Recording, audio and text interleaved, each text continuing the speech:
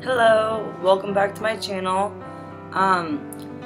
Today I had a topic I wanted to talk about and a dream I wanted to talk about. Welcome to episode 4. There is a amazing woman who has a YouTube channel called Finally Free from Narcissism. And she had a really great video, and so did Annabel. Both really amazing women that I look up to that have really given me some great guidance. I totally recommend their channels. I'll try to link them down below. But basically, they both have had videos talking about how like children that were raised by narcissists will feel like they have to explain themselves all the time. Like you feel like you have to explain things because no one's ever believed you and no one ever took you seriously. And I never really realized how much I was personally affected by that. Like, I knew I was affected by it, but it didn't dawn on me until after I had this amazing dream. And I'm not one to go back and read my journal, so I know that I've had more dreams in the past that I would love to talk about and refresh my channel on, but I just need to get this one out. So I'm just gonna start with this one, and it was on Saturday, April 23rd. I woke up this morning in tears, and the dream I had gotten quite a bit of closure from it. It wasn't the type of closure that you would normally. It wasn't the type of thing that you would normally expect to bring closure. But basically, there was a lot of things that happened in this dream. I don't remember every detail, but when I woke up, I was like overcome with emotion, and I wrote down all of the stuff that I could pull together. So I was in a school. At one point, I was in a school in this dream, and I was going to take a test, and I was holding a book, and there was a person next to me that was asking me what the chapter was about. We were like looking through our books, and I'm sitting there. I've never seen this book before. I'm literally like not aware of what this test is about or anything at all. I'm just like, what class? What? Where am I? Like, I just like kind of like in my dreams, I kind of like go through like wormholes and like travel to different things. It's very adventurous.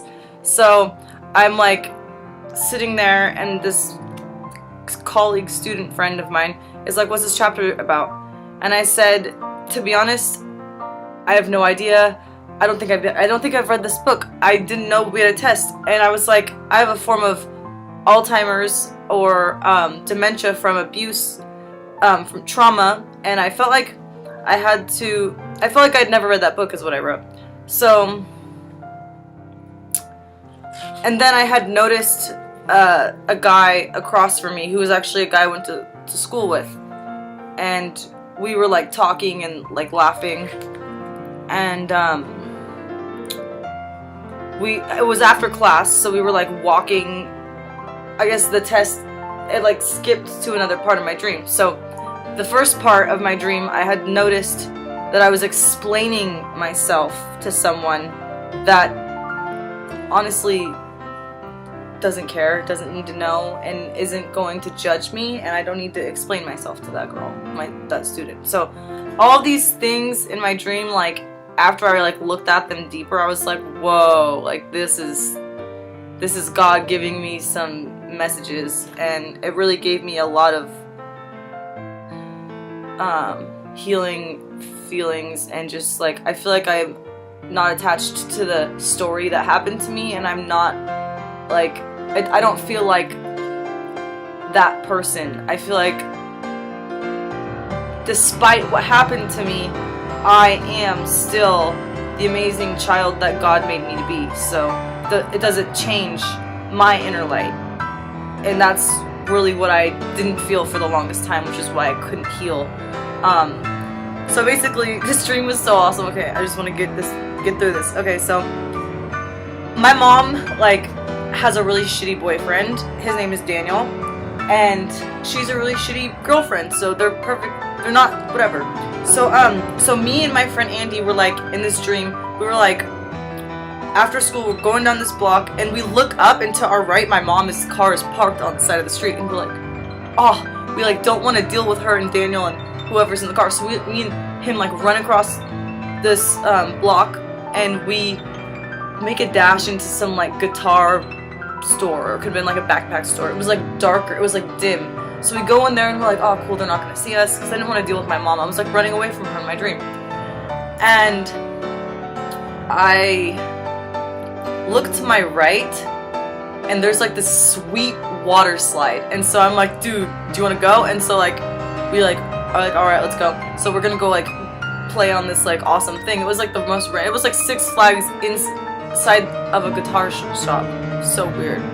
So I like took my backpack and I like put it, and there was like a laundry hamper type of thing full of backpacks for people to buy. So I took up a black backpack, put my backpack down, put the black backpack on top of it, and like in my dreams I can like leave stuff and I can come back and pick it back up and nobody like takes it. It's like a level of like I don't know, it's so weird. Like there's a beach that I've left stuff on and I could go back and like pick it up the next day, but it's like in the dream world and nobody goes around and like takes it. It's always there when I come back. So it's like so different than like if you were to like leave something on the beach and this earth.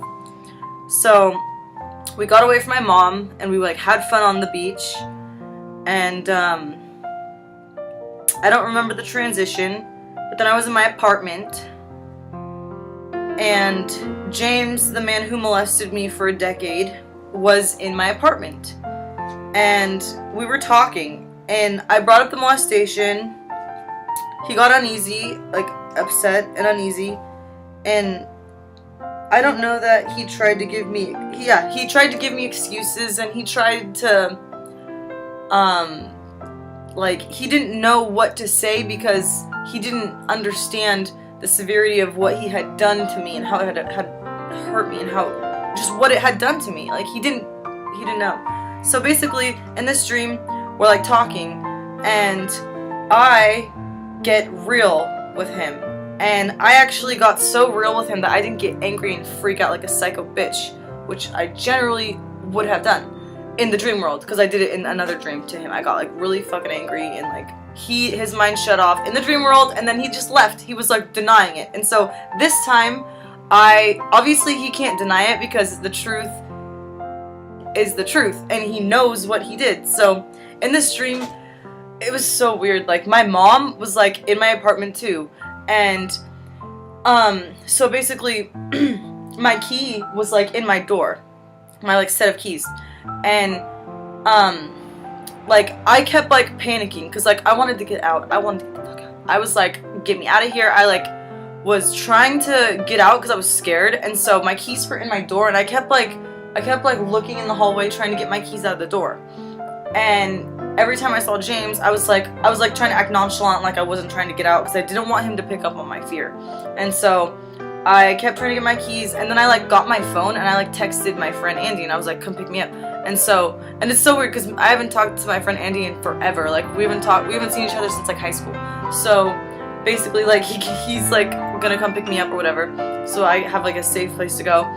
And then James, the man that molested me, like we finally like talked things out, because like he was really uneasy at first. And so then when we were talking things out, like I put my hand out to him and he put his hand out to me, and when we were talking, it was all telepathy communication. It was all through talking through your mind. So like I held my hand out to try to make like a peace offering to him, and he put his hand on mine, and when he put his hand on mine, it was the weirdest thing. Sorry, I keep having to make sure my screen doesn't turn black so I can see what I'm doing. So basically, his hand was like deformed. He had like 2 fingers, and it was all deformed, looking like alien-like. And I was just like thinking like, what the fuck happened to him? Like, ugh. And so, but actually I didn't at first. It was shocking like that, but I didn't judge him for it. Like I didn't like, you know, like I just like, he put his hand, and then I telepathically showed him everything he did to me and how it affected me, every emotion I had, every issue it caused. every issue that the molestation caused with me and my ex, every issue it caused with me and my mom, like, everything he did, I showed him. And then, it was fucking crazy. And, like, he couldn't deny what he saw. And so, basically, I watched him break down in front of me, and seeing that was enough to let me know that he felt bad. And it was nice, because nobody ever validated that the experience happened to me. My mom never even acknowledged when I told her. She just never said a word. She, like, was in shock and just never recovered and just never hugged me, never loved me. So my brothers don't believe me. Almost, like, when I met my ex, he kind of reacted like it wasn't that big of a deal, because I told him in a way that made it seem like it didn't happen to me. Because looking back at it from the, the emotional disconnect, I look at it as if it happened to someone I know, because when it happened, I wasn't in my body. So obviously, I naturally don't feel like I have to naturally disassociate so that I can cope with my life. And so with that deep disassociation, it almost makes you feel like you don't exist. And so having the validation of someone breaking down and feeling bad and showing emotion gave me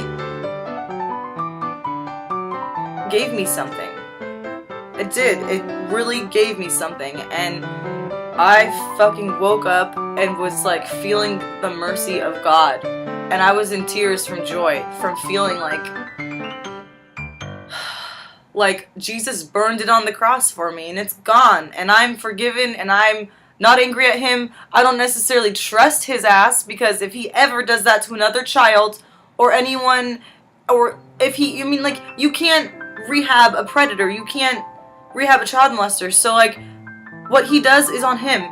And I pray to God that those children, if he continues to have an earthly relationship with humans, I pray that he respects them and goes above and beyond. I mean, like, it's still hard for me to feel like he deserves children or family, because he destroyed my family. So I'll just leave that at that. But basically, there's still more to the stream.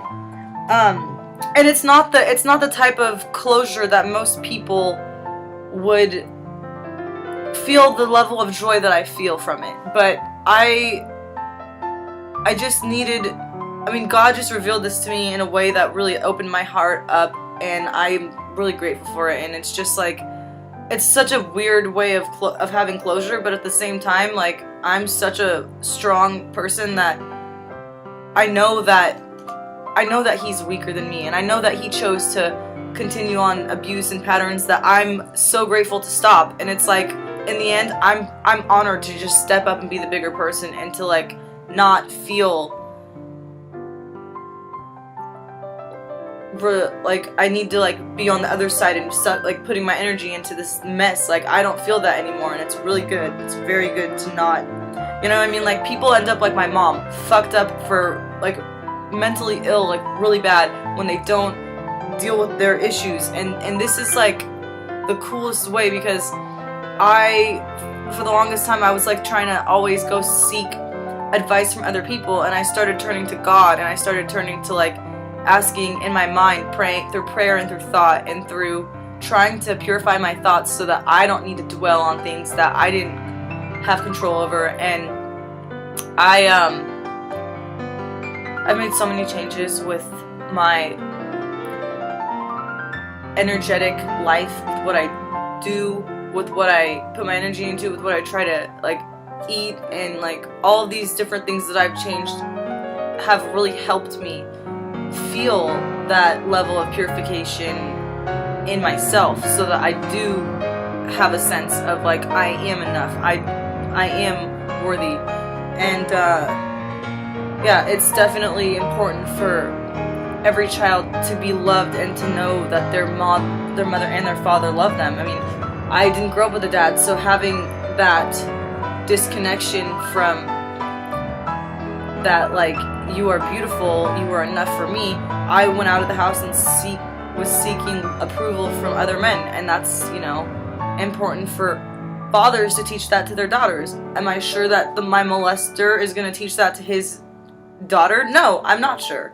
But I do pray that he learns from his mistake, because like, it's horrible. Things should not happen that way. People should not feel impulses like that. It's just, there's no excuse. There's no excuse at all. So basically, after the whole amazing, weird telepathic connection happened, my mom was a conniving bitch. And I'm trying to stop swearing. It's so hard. My mom was a conniving, mean person, and she, like, I had texted my friend on my phone, and so I also, like, had grabbed my keys. But somehow my mom, like, took my phone, and, like, after me and James were, like, pretty much done talking, my mom was, like, yelling my name, and she was like, James, she needs a ride too. And I didn't need a ride. I had a ride waiting for me. And so she was like, she proved to me in the dream, or God showed me in the dream, that she is only about how people see her, not about what's deeper, what matters, building meaningful relationships. Like, she only cares about, like, what other people think about her, and what, like, I mean, I don't even have speech right now to like, put commentary on how she acted in the dream, because she just never ceases to blow me away with her wickedness. So there was also something important though. When I telepathically communicated with him, he communicated to me that he did not understand the things he was doing, and that he was so sorry. I was scared of him. I did not let my guard down. I kept trying to get my keys. Okay, sorry. I'm just, like, skimming through my journal entry really quick.